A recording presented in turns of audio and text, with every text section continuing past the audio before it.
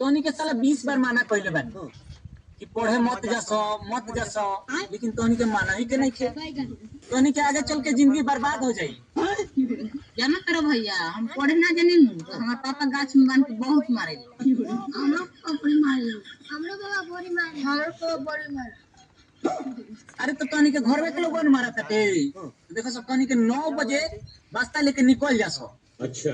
आ निकलला के बाद उन्हें खूब घूमसो, फिरसो, चोरी करसो, चकारी करसो, छिनरई करसो। आ 4 बजे घरे पहुंच जासो। ठीक है। घर के लोग लाने जाना था कि तोनी पढ़े गरला सकी कहां बा। देखो सो तो आज से ये काम करे के बा, पढ़े नहीं के जाए के। कहनी लो लार से पढ़े जालो चाहे ना, हम तो ना जाए। हम ना जाए।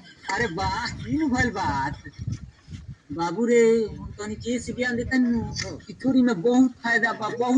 जितना लोग आगे बढ़ल बा, एक दिन चलेबो न तो 10 दिन बैठ के खइबो। हां 3 दिन चलेबो न तो 1 महीना बैठ के खइबो।